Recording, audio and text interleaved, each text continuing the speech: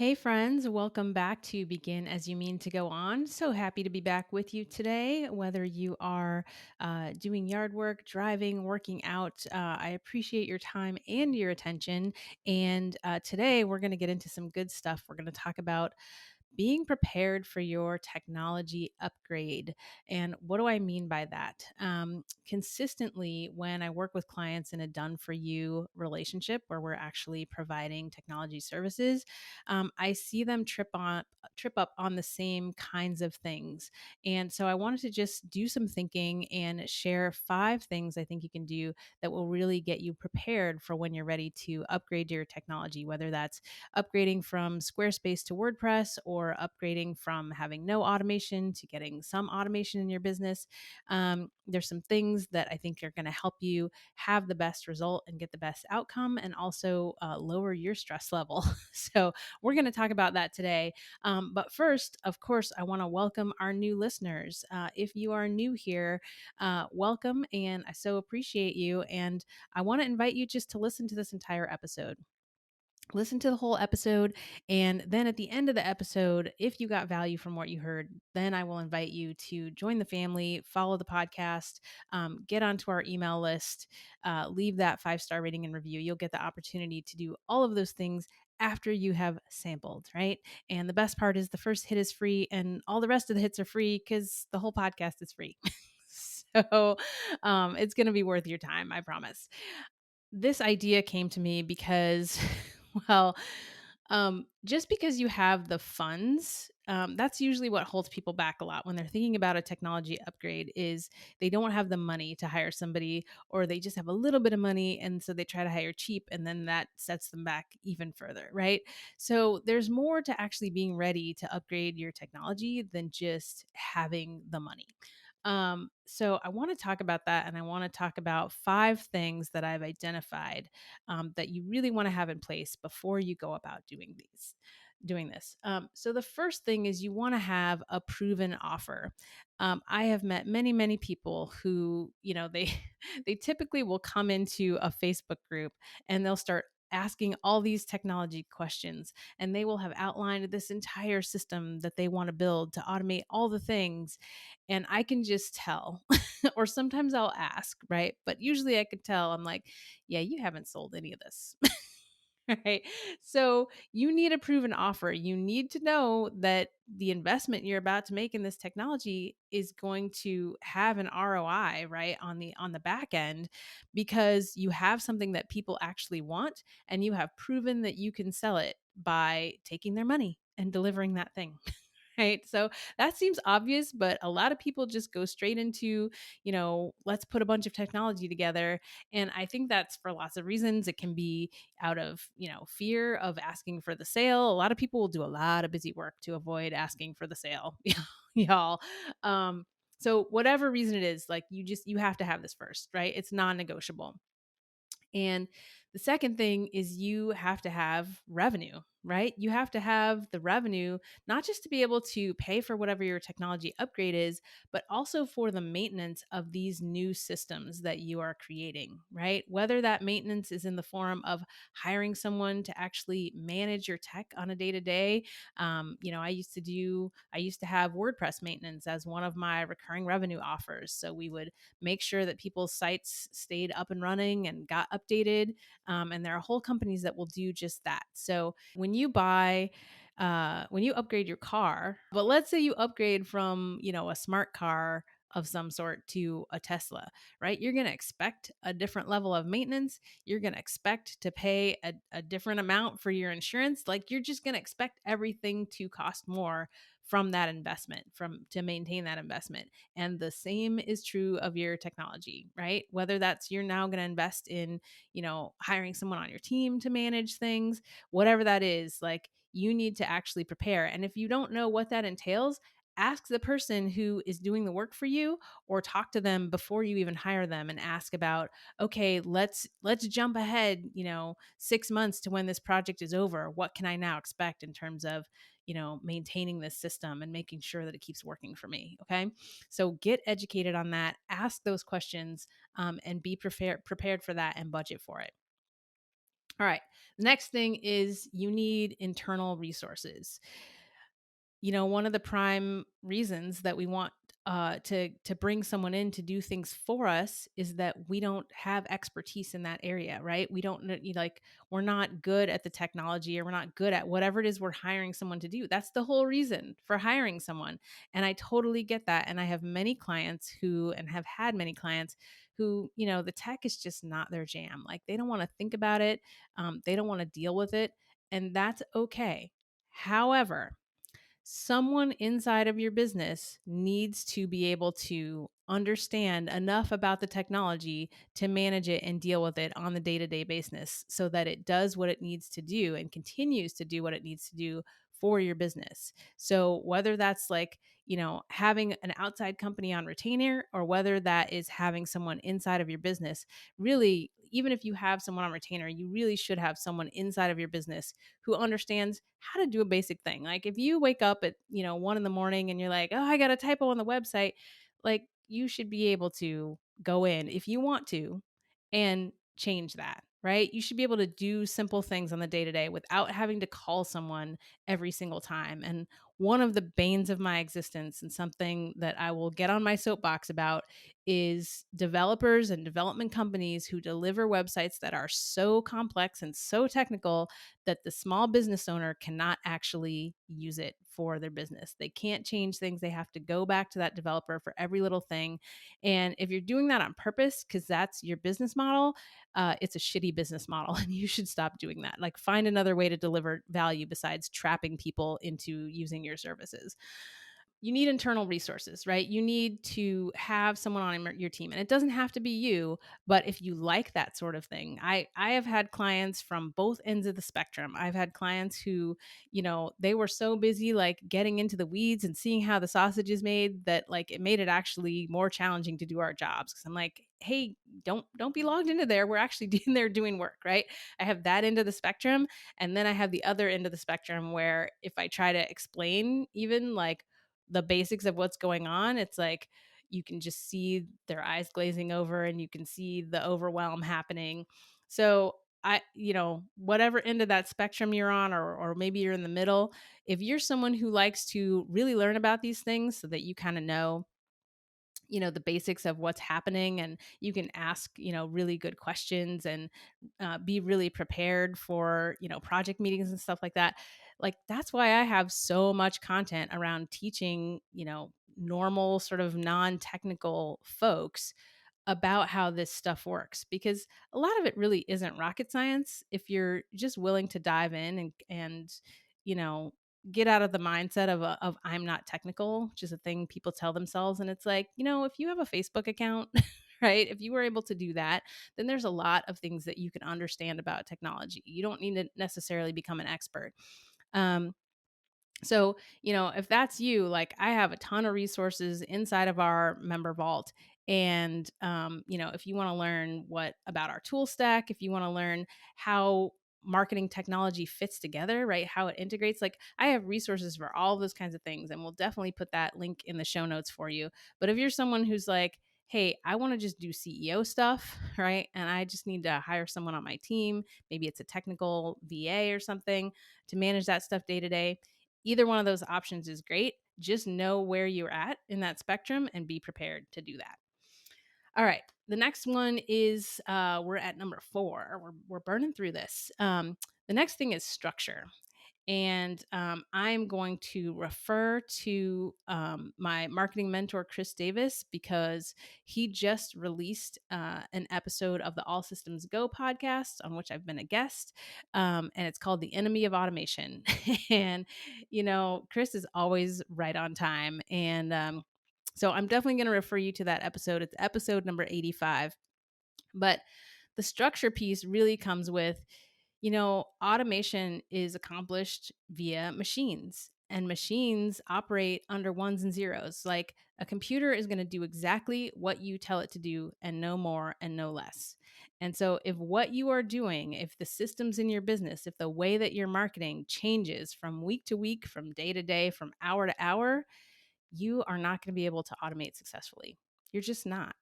So Chris goes into this in depth and he does a really amazing job. But one of the things that I've seen people struggle with is they want automation. They want the freedom that comes with automation. They want to impress their prospects with, how systemized their customer journey is, but they don't actually have those systems in place. So, I asked a question in my Facebook group just today, actually, and I asked, what are some things that people are doing manually in their business that they would like to automate, right? They want to stop doing that and they want to automate it. And a lot of people just kind of spit things out, but couldn't really articulate what the process was behind those things. And some of those folks I went into a conversation with and asked deeper questions and asked to know more. And I think for some of those people, yeah, answering that question of me asking, like, well, tell me more about that process, what's actually involved, that was probably the first time they actually wrote down, oh, here's what happens first, here's what happens next, here's what happens after that. So if you're at that level where you haven't actually done that work, and trust me, y'all, this doesn't just happen to newer businesses, right? There are surprisingly experienced and successful businesses who really don't have these processes in place and have never really stopped to map out, what are we actually doing that's working, so that maybe we can get the robots to do some of it, and then we can save some of our human power for things that only humans can do. So if you haven't really visualized that process, if you haven't mapped out that process, if you haven't made it visible so that not just it's not in your head, but everybody on the team can see it and the people who are helping you automate can see it, that's a process that you're going to have to go through. And it's a process that I help take clients through. It's one of the most valuable things that we do for our done for you clients, is helping them actually see their marketing for the first time. Hey, this is where people go when they opt in here, and this is the follow up they get, and this is what happens next, and this is the offer that we're eventually sending them to. So that is super, super valuable. And you don't need to pay a consultant $5,000 to do it. You could sit down at a whiteboard, or with a piece of paper or your Remarkable tablet or what have you, and you can just get it out of your head. Or get with a buddy, get with a business buddy, and talk each other through. Like, a lot of times, if you're just talking out loud to somebody else, and they can take the notes, like, that's really helpful. And you could just get a business buddy and you could trade off doing that for each other. And that can be the beginning of you seeing your marketing for the first time. So that structure and that proven process is so important, especially when we're talking about marketing, which is the first thing that people want to start to automate. And marketing really has 3 steps, right? It has getting attention, it has talking to people, and it has making the offer. So those are 3 steps that have to be in your marketing process. And these are the steps that I really take people through in Content Bootcamp. And Content Bootcamp, if you don't know, that's my flagship program. That's where we spend 12 weeks together, and I take people through the process of getting really clear on their offer, their audience, and their messaging, and then going through that process. And we have coaching calls every week where I just really keep people clear on, hey, this is the goal, right? People create all this extra fluff and all these extra things and get all in their heads about stuff. And my job is really to keep people clear and keep them focused on the very, very simple process of marketing, right? That you need to master in order to start creating consistent revenue, and in order to have that base, right? That base that you need to start scaling and automating these things. All right. So if this is something that you're struggling with, then this is a great time to actually check out Content Bootcamp, because during the month of July, I am going to be offering folks the opportunity to come into bootcamp and get a significant bonus of having extra time in the program without actually paying more. I'm doing that because it's summertime, y'all. Everybody's going on vacation, including me. So I know that everybody is just, we've been in a pandemic, we've been trapped inside. We just got done with a heat wave where I live in Portland, Oregon. It was 115 degrees yesterday, y'all. So everybody is just dealing with summertime stuff. And we don't want to be stuck at screens all summer, right? We want to get outside. And so that's why during the summer, I like to offer this bonus for a limited time for people to come into boot camp, but to have that extra time so that if you're going on vacation, if you want to spend some time out in nature, in the woods, not on Zoom calls. I get it, y'all. So if that's you and you're interested and you've been struggling with this stuff, go to carveldigital.com/bootcamp and you'll apply to get on a call with me, talk to me in person, and we'll just see. We'll see if this is right for you. Okay. So those are the 5 things that you're going to need before you upgrade your technology. Let me just review those. You're going to need a proven offer. Make sure people actually want what you have. Okay. You're going to need consistent revenue because upgrading your technology can be expensive. If you're going to hire someone to do it for you, don't be cheap. Do not be cheap about this, y'all. And if you're not there yet, let me just refer you back to episode 14, Choosing Your Tech Stack, because I talk about all the technology that we use and recommend for our clients. And I also talk about when you should actually think about those upgrades. So, really, you don't need all this stuff to get clients in the first place. Content Bootcamp can help you learn how to get clients without investing in all this technology so that you can get the revenue to then invest in that infrastructure and be able to scale. All right. So, proven offer. Number 2, you need revenue. Number 3, you need internal resources. You need somebody on your team who's going to, be able to handle the day-to-day of managing that system. You need structure so that you're not trying to automate something and then the next day everything about that automation is changing, right? You got to have consistency. And then you need a proven process. And Content Bootcamp, if you don't have a proven process for marketing, for getting your offer out into the wild, for talking to people, for creating content and having that content turn people into clients, then Content Bootcamp can definitely help you do that. And you need to go to carveldigital.com/bootcamp and just sign up to have a conversation with me so that we can see if I can help you out. All right, y'all, that's what I have for you. So, who needed to hear this? Who is about to have their glow up? They've been running on Squarespace and they're crowing about how their website is in progress or they're about to do a big technology upgrade. Do them a favor, please, and send them this episode so they're not walking in blind and they don't get blindsided by all of these things that they didn't think about beforehand. They will thank you. All right. So, that's what I have for y'all today. And now's the time when, if you're a first time listener, I want to invite you to go ahead and subscribe to the podcast or follow the podcast, whatever they're calling it now. And if you have not yet left your 5-star rating and review, go do it now. There's no time like the present, right? It's not just to stroke my ego, y'all. It's to help people who are stumbling across this podcast know that this is actually valuable stuff. This is stuff that can literally help your business. And I want to show you actually the difference um, between the free version of Getting My Help and the paid version of Getting My Help. So one of the reviews that we had, if you go and look at our reviews, one of the reviews for this podcast says, listening to the first few episodes of the podcast helped me rethink a business issue and saved me from throwing $1,000 at problems that would no doubt be followed by more money later this year. Instead, I came up with an entirely different solution by asking myself different questions.